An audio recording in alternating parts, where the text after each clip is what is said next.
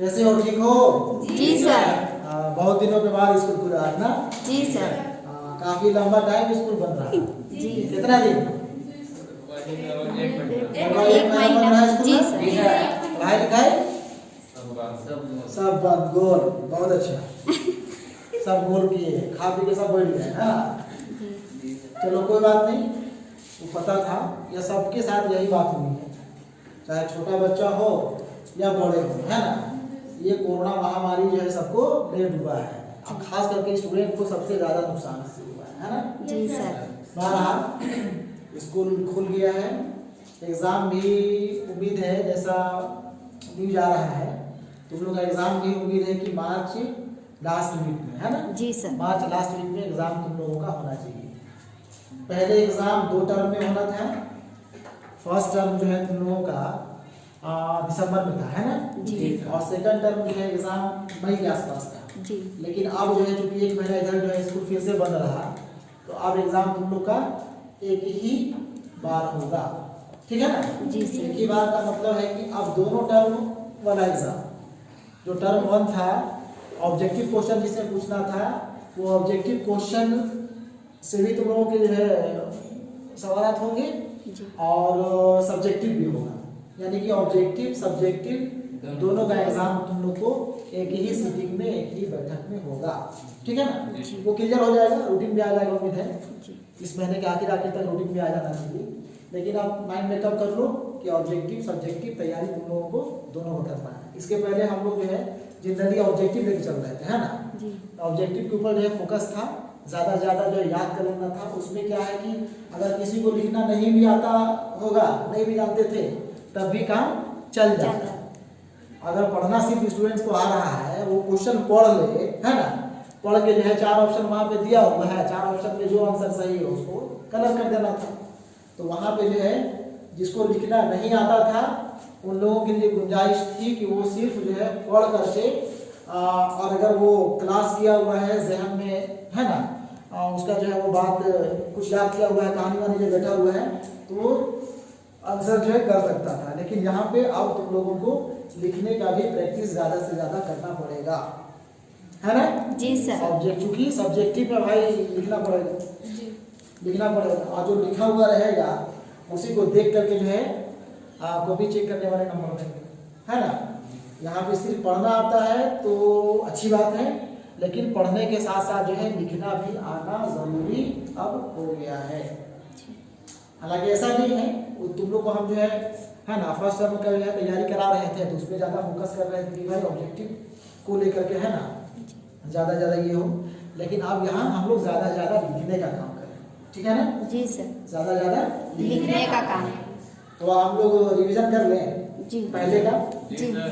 पहले जो है जो भी पढ़ाई हम लोग कर चुके हैं या नहीं भी पढ़ाए हैं, देखो ऑब्जेक्टिव के लिए और सब्जेक्टिव में भी काम आएगा, लिखने के लिए भी काम आएगा।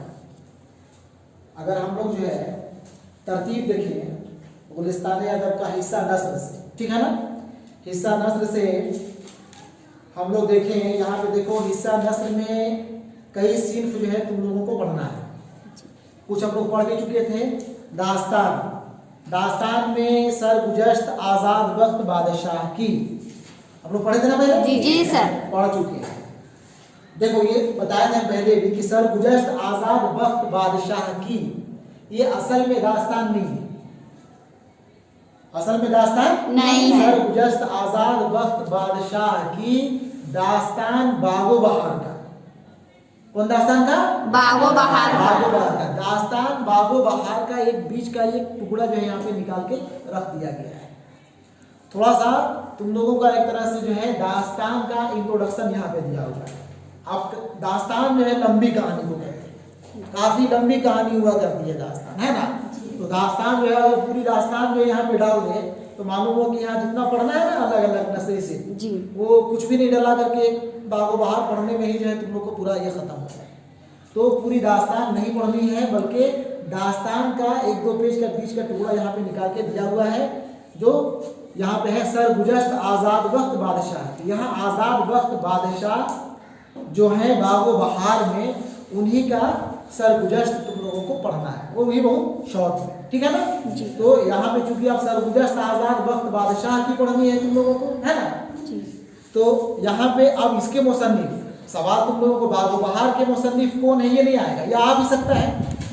सवाल तुम लोग को पूछेगा तो पूछेगा सरगुजश्त आजाद वक्त बादशाह की के मुसन्निफ कौन है, बात समझे ना जी। सरगुजश्त आजाद वक्त बादशाह की के मुसन्निफ कौन है, ये सवाल पूछेगा। कौन है मुसन्निफ, याद है? मीर अमन। मीर अमन, याद है ना जी सर। देखो फिर हम वही बोल रहे हैं कि मीर अमन देहलवी असल में बागो बहार के मुसन्निफ है, जी। ठीक है ना, दास्तान निगार है, लेकिन चूंकि उसी दास्तान से सरगुजश्त आजाद वक्त बादशाह की माखूज है, उसी से लिया गया है। तो जाहिर सी बात है कि बागो बहार के लिखने वाले मीर अमन है, तो सरगुजश्त आजाद वक्त बादशाह की भी लिखने वाले वही ना होंगे। जी सर, ठीक है ना, याद है ना जी। सरगुजश्त आजाद वक्त बादशाह की के मुसन्निफ कौन हो गए? मीर अमन। ठीक है, लिखते हैं हम। जी सर। देखो सरगुजश्त किसका सरगुजश्त है? आजाद वक्त बादशाह। किसका? आजाद वक्त बादशाह की। आजाद वक्त बादशाह की मुसन्निफ कौन हुए? मीर अमन। याद हो गया ना जी सर। नहीं ना भूलोगे आप? नहीं सर। चलो खाली बोलते हो फिर भूल जाते हो।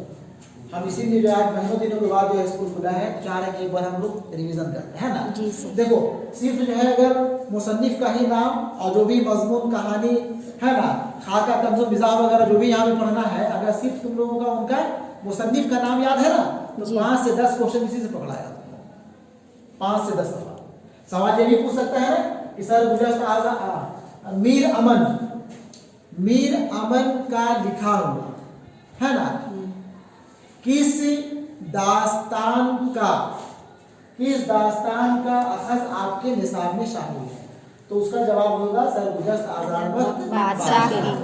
सवाल जो भी है ना, याद रखना तुम लोगों को भाई, ये दास्तान बागो बहार से माखूज है जी। दास्तान यहाँ पे लिखते हैं जी। दिखाई पड़ रहा सबको? जी। दास्तान बागो बहार इसी से ये माखूज है, ठीक है ना जी। माखूज है सरगुजश्त आजाद वक्त बादशाह की, और मुसन्निफ हो गए मीर अमन, ठीक है ना जी। आगे पढ़ना है तुम लोगों को एक अदबी तारीख। देखो नस्र है ना जी। हिस्सा नस्र में जो है कई सिर्फ तुम लोगों को पढ़नी है, जिसमें दास्तान देख लिए, अदबी तारीख है, तंज़ो मिज़ाह है, ठीक है ना। दास्तान एक दास्तान पढ़ना है, अदबी तारीख मिर्जा मजहर जाने जाना का, अदबी तारीख मिर्जा मजहर जाने जाना एक अच्छे शायर थे, उनके बारे में उनकी तारीख यहाँ पेश कर रहे हैं मोहम्मद हुसैन आजाद। किनकी तारीख? मिर्जा मजहर जाने जाना के। किनकी तारीख? मिर्जा मजहर जाने जाना। दास्तान के बाद जो तुम लोगों को पढ़ना है वो एक है अदबी तारीख। अदबी तारीख और ये अदबी तारीख है मिर्जा मजहर जाने जाना। मिर्जा मजहर बोलो मजहर जाने जाना की। मिर्जा मजहर जाने जाना के बारे में लिखने वाले हैं यहाँ पे मोहम्मद हुसैन आजाद। देखो यहाँ भी ध्यान देना, यहाँ भी जो है अदबी तारीख असल में एक आदमी का यहाँ पे तुम लोग को बिल्कुल मुख्तसर में पढ़ना है। मिर्जा मजहर जाने जाना के बारे में जो जानकारी यहाँ पे दी हुई है क्लास 11 में, वो बहुत मुख्तसर में है, ठीक है ना जी। बाज़ाते अदबी तारीख के नाम से एक किताब है आबे हयात जी। मोहम्मद हुसैन आजाद की लिखी हुई किताब है आबे हयात। क्या नाम है किताब का? आबे हयात। ये तज़किरे की किताब है, या अदबी तारीख चलो कहो, ठीक है। आबे हयात में कई शायरों का, कई उदबा का जिक्र किया गया है, ठीक है ना। कई शायरों के बारे में जो है तफसील से गुफ्तगू की गई है, बातचीत की गई है, उनके बारे में लिखा गया है, जिसमें मिर्जा मजहर जाने जाना का भी जिक्र है। किताब आबे हयात में, किस किताब में? आबे हयात में। फिर वही बात है कि बागो बहार की ही तरह आबे हयात भी एक काफी मोटी किताब है ना? तो पूरी आबे हयात भी यहाँ पढ़ने के लिए तुम लोगों को नहीं कहा जा रहा है, बल्कि आबे हयात में सिर्फ एक शख्सियत का, एक शायर का, मिर्जा मजहर जाने जाना के बारे में तुम लोगों को पढ़ना है क्लास 11 में, ठीक है ना? अब जाहिर सी बात है कि आबे हयात के मुसन्निफ मोहम्मद हुसैन आजाद हो गए जी, तो आबे हयात में ही मिर्जा मजहर जाने जाना भी दिया हुआ है जी। तो मिर्जा मजहर जाने जाना के भी मुसन्निफ यही ना हुए जी सर? कौन हुए? मोहम्मद हुसैन आजाद। समझ गए जी सर? ठीक है। इसके बाद है देखो तंज़ो मिज़ाह, इसको मिटा दें जी, मिटा दें जी सर।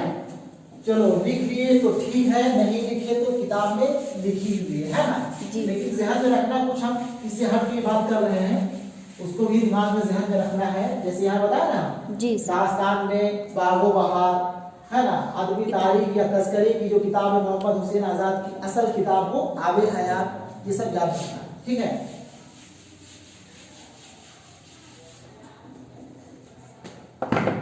उसके बाद है तंज़ो मिज़ाह। क्या पढ़ना है तुम लोगों को? तंज़ो मिज़ाह। तंज़ व मिज़ाह, तंज़ो मिज़ाह। एक एक करके हम लोग तंज़ो मिज़ाह तुम लोग को पढ़ाए या नहीं पढ़ाए बताए थे, पता नहीं याद है कि तुम लोगों को। तंज़ो मिज़ाह के बारे में हम बता चुके हैं, और इसमें से जो पढ़ना है 2 तंज़ो मिज़ाह पढ़ना है। सवेरे जो कल आँख मेरी खुली, हो चुका ना जी सर? सवेरे जो कल आँख मेरी खुली, कौन है इसके मुसन्निफ? पतरस बुखारी। एक दो लोगों को याद है, सुन के बोल रहा पतरस बुखारी। पतरस बुखारी याद है ना जी सर? हाँ, नहीं भी याद है तो फिर से वही हम इसलिए रिपीट कर दे रहे हैं, है ना, ताकि सबको जो है याद हो जाए।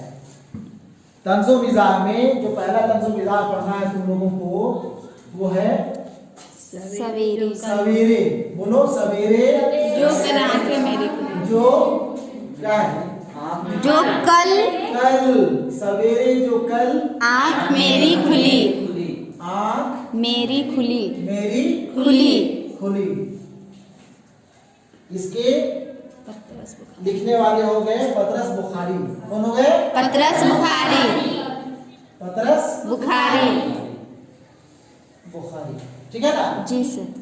पतरस बुखारी का कौन सा तंज़ो मिज़ाह आपके निसाब में शामिल है? सवाल पूछ सकता है ना जी सर? जवाब होगा सवेरे जो कल आँख मेरी खुली।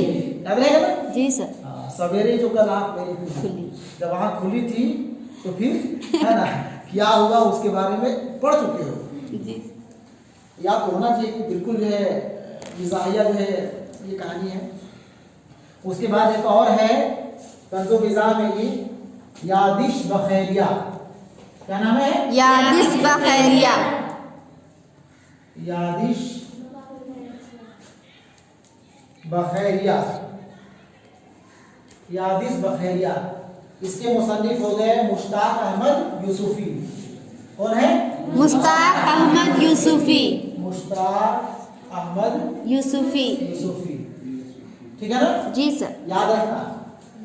जो भी अब हम लोग जो है सवेरे जो कल आँख मेरी खुली को दास्तान नहीं कह देंगे, दास्तान अलग चीज जी सर, ठीक है ना।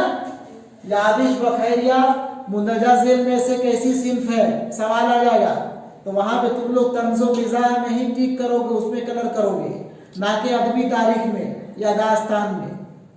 बात समझ गए ना जी सर? यादिश बखैरिया तंज़ो मिज़ाह है, ठीक है ना। और इसके मुसन्निफ इसको ज़हन में रखना है मुश्ताक अहमद यूसुफी, ठीक है ना जी। तो 2 जो है तंज़ो मिज़ाह पढ़ना है तुम लोगों को। बिल्कुल जो है ये ज़हन में रहे कि सवेरे जो कल आँख मेरी खुली, इसका मतलब तंज़ो मिज़ाह जी, हंसी मजाक वाली कहानी यहाँ पे है जी, ठीक है ना।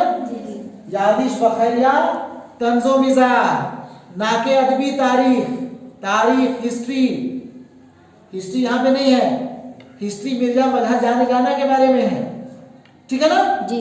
और वहां पे सरगुजश्त आजाद वक्त बादशाह की वो किस्सा कहानी है, वो बागो बहार से लिया हुआ है, वो दास्तान है, ठीक है ना। तो ये हो गया। उसके बाद हम लोग देखेंगे अगला सिर्फ है खाका। क्या है? खाका। खाका। खाका में भी जो है देखो दो लोगों का खाका नहीं, एक ही है।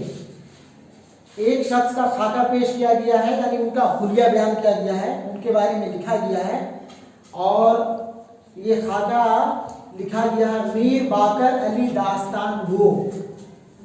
मीर बाकर अली दास्तान दास्तान गो। मीर बाकर अली को शख्स है, मीर बाकर अली दास्तान गो, दास्तान कहने वाले, किस्सा कहानी कहने वाले, ठीक है ना जी। इनके बारे में यहाँ पे इनका खाका पेश कर रहे हैं शाहिद अहमद देहलवी। कौन? शाहिद अहमद देहलवी। शाहिद अहमद देहलवी ये खाका निगार हो गए। क्या हो गए? खाका निगार। खाका निगार, हुलिया पेश करने वाले। किनका हुलिया? यहाँ पे हुलिया पेश कर रहे हैं मीर बाकर अली। किसका? मीर बाकर अली का। बोलो जी, किसका? मीर बाकर अली का। खाका यहाँ शाहिद अहमद देहलवी पेश कर रहे हैं मीर बाकर अली का। बात समझ गया ना? जी सर। याद रहेगा ना? जी सर। हाँ, सवाल पूछेगा मीर बाकर अली दास्तान गो का खाका किसने पेश किया है? जवाब क्या होगा? शाहिद अहमद देहलवी। क्या जवाब होगा? शाहिद अहमद देहलवी। ठीक है, एकदम बिल्कुल याद रखना। अब देखो फिर इसके बाद आ रहा है मुख्तसर अफसाना। अफसाना तुम लोग 9वीं क्लास से पढ़ते आ रहे हो। 9वीं क्लास में 2 अफसाना पढ़ना था, 10वीं क्लास में कई अफसाने पढ़ने थे। यहाँ भी तुम लोगों को जो है गुलिस्तान अदब में मुख्तसर अफसाना में 2 अफसाना पढ़ना है, ठीक है ना? जी सर। अफसाना, मुख्तसर अफसाना। अफसाना, मुख्तसर अफसाना में देखो अफसाना यहाँ पे है। गोरी। तो पहला अफसाना है गोरी हो गोरी। इसको हम पढ़ चुके हैं ना पहले? जी सर। गोरी हो गोरी। गोरी। कौन है अफसाना निगार? सैयद रफीक हुसैन। कौन है? सैयद रफीक हुसैन। वेरी गुड, ये तो याद है। इसलिए याद है कि गोरी हो गोरी पढ़ने में बहुत मजा आया तुमको, है ना? जी। याद है ना? जी सर। सैयद रफीक हुसैन। ये हम लोग पढ़ चुके हैं। काफी दिलचस्प अफसाना, काफी बेहतरीन अफसाना है ना? जी बहुत सर। मजा आया था ना? जी सर। हाँ, गोरी हो गोरी, सैयद रफीक हुसैन का। और एक और अफसाना पढ़ना है जो हम लोग नहीं पढ़े हैं अब तक, अब हम लोग उसको पढ़ेंगे आगे, है ना? चौथी का जोड़ा। क्या नाम अफसाना का? चौथी का जोड़ा। चौथी का जोड़ा। जोड़ा। कौन है अफसाना निगार? चौथी का जोड़ा इस्मत चौथाई का है। कौन है अफसाना निगार? इस्मत चौथाई। इस्मत चौथाई मुसन्निफा। ये खवातीन अफसाना निगार है, लेडीज हैं, जी। औरत है, ठीक है ना? जी सर। इसलिए हम लोग अगर कहेंगे लेखक को कहते हैं हम लोग मुसन्निफ उर्दू, जी। ठीक है ना? और औरत के लिए हम लोग लेखिका हिंदी में इस्तेमाल करते हैं, तो उर्दू में मुसन्निफा कहेंगे। जी। मुसन्निफा कौन है? मुसन्निफा है इस्मत चौथाई। इस्मत चौथाई, ठीक है ना? याद रखना, अफसाना में 2 अफसाना, गोरी हो गोरी और चौथी का जोड़ा। अब हम लोग गोरी हो गोरी को दास्तान नहीं कह देंगे, जी। चौथी का जोड़ा को अदबी तारीख नहीं कह देंगे। बस समझ रहे हो ना? जी। भाई ये है गोरी हो गोरी अफसाना है, चौथी का जोड़ा अफसाना है। और इसके अफसाना निगार, अफसाना के लिखने वाले अफसाना निगार, जी। खाका के लिखने वाले, खाका पेश करने वाले खाका निगार, जी। दास्तान लिखने वाले दास्तान दास्तान निगार, निगार। ठीक है ना? जी। तो यहाँ पे गोरी हो गोरी के दास्तान, ये अफसाना निगार सैयद रफीक हुसैन, और चौथी का जोड़ा के अफसाना निगार इस्मत चौथाई। और हम लोग अगर अफसाना निगार, खाका निगार, दास्तान निगार नहीं कह करके हम लोग मुसन्निफ भी कहें तो ठीक है ना? जी। चलो ये हो गया। उसके बाद जो है 2 और सिंह है, जी सर। उसको भी लिख ही देते हैं। थोड़ा सा और बर्दाश्त करो। कैसा बर्दाश्त कर रहे हो तुम? जी सर। जी सर। नहीं सर। जी सर, बर्दाश्त कर रहे हो तुम? कुछ लोग तो बर्दाश्त ही कर रहे हैं, हमको लगता है। तब ना जी सर, फट से जी सर, बर्दाश्त कर रहे हो? नहीं सर। अच्छा लग रहा है? जी सर। देखो हम रिवीजन करा दे रहे हैं तुम लोगों को। देखो फिर पढ़ना है मजमून। क्या पढ़ना है? मजमून। मजमून। मजमून में एक ही मजमून, और ये मजमून जो है शिबली नुमानी का है। ये मजमून लिखे हैं सर सैयद मरहूम और उर्दू लिटरेचर। मजमून है सर सैयद मरहूम और उर्दू उर्दू लिटरेचर। सर सैयद मरहूम और उर्दू लिटरेचर। जी सर। सर सैयद अहमद खान का नाम सुने हो ना? जी सर। सुने हो। 9वीं क्लास में हम लोग पढ़े थे इनका गुजरा हुआ जमाना। 10वीं क्लास में एक मजमून था औरतों के हुकूक, ठीक है ना? जी सर। तो सर सैयद मरहूम इंतकाल कर गए जी। सर सैयद मरहूम और उर्दू लिटरेचर। सर सैयद मरहूम का उर्दू लिटरेचर से, उर्दू साहित्य, उर्दू अदब से कैसा रिश्ता था, वो किस तरह के मजमून, किस तरह के इंशाइया लिखा करते थे, इसके बारे में यहाँ पे लिख रहे हैं शिबली नुमानी। कौन? शिबली नुमानी। शिबली नुमानी कौन है? शिबली नुमानी। सर सैयद मरहूम और उर्दू लिटरेचर के मजमून निगार हो गए शिबली नुमानी। ठीक है ना? बिल्कुल याद रखना, जहन पे रखना है कि सर सैयद मरहूम उर्दू लिटरेचर मजमून के तौर पे पढ़ना है हम लोगों को, ठीक है ना? जी। ना कि हम लोग अदबी तारीख, ना कि हम लोग दास्तान पढ़ रहे हैं, ना हम लोग अफसाना पढ़ रहे हैं। हम लोग सर सैयद मरहूम उर्दू लिटरेचर मजमून की हैसियत से पढ़ रहे हैं। मजमून है जी। और मजमून निगार शिबली नुमानी। उसके बाद एक कहावत है, देखो ये कहावत को भी नस्ल में ही रखा गया है। कहावत में कहावत है हमारी कहावतें। कहावत पता है ना? जी सर। बहुत कहावत तुम लोग करते होगे, सुनते होगे। दादी नानी लोग तो बहुत कहावत कहानी सुनाती है, नहीं? जी सर। हमारी कहावतें ये है शानुल हक, शानुल हक, शानुल हक हकी साहब का, शानुल हक हकी साहब, शानुल हक हकी की कुछ कहावतें हैं। हमारी कहावतें के नाम से है ना जी। वो कुछ कहावत तुम लोगों को पढ़ना है, ठीक है ना? ये देखो गुलिस्तान अदब का हिस्सा नस्र, हिस्सा हिस्सा शायरी में। अभी हम शायरी में गजल, नज्म और मरसिया, कसीदा का बात नहीं कर रहे हैं जी। ये गुलिस्तान अदब का हिस्सा नस्र में, हिस्सा प्रोज में, गद्य हिस्सा में, गद्य भाग में। हिंदी में गद्य कहते हैं जी, गद्य पद्य होता है। गद्य माने अंग्रेजी में प्रोज, पद्य हो गया कविता, पोएट्री। उर्दू में कहते हैं हम लोग नस्र और शायरी, ठीक है ना जी। तो ये हिस्सा नस्र में, ये जो यहाँ पे लोग देखें जो हम मिटा भी चुके हैं ना जी, वो सब सिर्फ के बारे में पढ़ना है। और उसमें से सबका जो है तुम लोगों को जो है बिल्कुल दिमाग में रख लेना, जहन में बैठा लेना कि ये हम लोगों को पढ़ने हैं और इसके मुसन्निफ, इसके लिखने वाले ये हैं, ठीक है ना जी सर? याद रखोगे ना जी सर? याद रखोगे। देखो इसी में जो है तुम लोगों का जो है कम से कम 5 से 7 सवाल छिपा हुआ रहेगा। ऑब्जेक्टिव क्वेश्चन 5 से 7 क्वेश्चन हर हाल में किसी ना किसी का वो जैसे भी हो वो पूछेगा ही पूछेगा, ठीक है ना जी? क्लियर जी सर? आज नहीं रखा जाए, आज नहीं जी सर।